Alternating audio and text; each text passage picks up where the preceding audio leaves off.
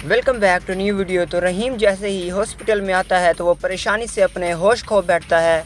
अपने बाप को इस हालत में देखकर वो बिल्कुल ही संभल नहीं पाता और कुछ ही देर में उसके बाप की मरने की खबर डॉक्टर जब उसे सुनाते हैं तो वो बिल्कुल पागल हो जाता है और रो रो कर पूरे हॉस्पिटल को अपने सर पर उठा लेता है। कहता है ये सब कुछ मेरी वजह से ही हुआ। वहाँ उसकी बीवी को सारी गलतियों का पछतावा हो रहा होता है और जैसे जैसे ही सबको पता चलता है वो सब लोग वहाँ पर जमा होते रहते हैं। अहमद के वालिद आते हैं और रहीम को तसल्ली देते हैं और अहमद को गले से लगाकर रोने लगते हैं। उसके बाद अहमद ने रहीम को हौसला दिया और फिर रहीम वहाँ से जनाजे की इजाज़त लेने आता है, लेकिन वो कुछ नहीं बोलती, चुप रहती है। जैसे ही उसका बेटा जनाजा उठाने लगता है तो रहीम उसे रोक देता है और बोलता है ये सब कुछ तुम्हारी वजह से ही हुआ है और जनाजा उठाकर वहाँ से चला जाता है।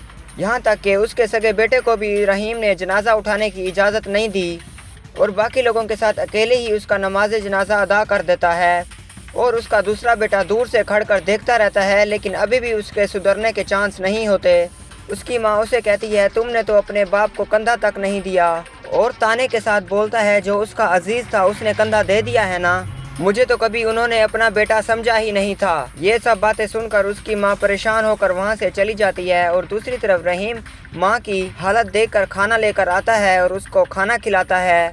और अगले दिन रहीम के मामू रहीम के वालिद की सारी वकालत जो उन्होंने मरने से पहले लिखवाई थी वो सब कुछ बता देता है और बताता है कि आधी से ज़्यादा जायदाद का वारिस रहीम है सिर्फ, और 20% सिर्फ तुम दोनों का है और वो भी तब मिलेगा जब ये तुम्हारा बेटा जेल की सज़ा भुगत कर आएगा। और तभी वहाँ पर पुलिस आ जाती है और उसके दूसरे बेटे को गिरफ्तार कर लेती है। वो फौरन अपनी भाभी के कदमों में बैठ जाता है और माफ़ी मांगने लगाता है और रोने लगता है। जब रहीम के पास जाता है तो रहीम उससे बात तक नहीं करता और पुलिस को कहता है आप इसे लेके जा सकते हैं यहाँ से। वो बहुत गिड़गिड़ाता है लेकिन पुलिस वाले एक नहीं सुनते और उसे घसीट कर वहाँ से लेकर चले जाते हैं, क्योंकि ये सब कुछ किया धरा इसी का ही था।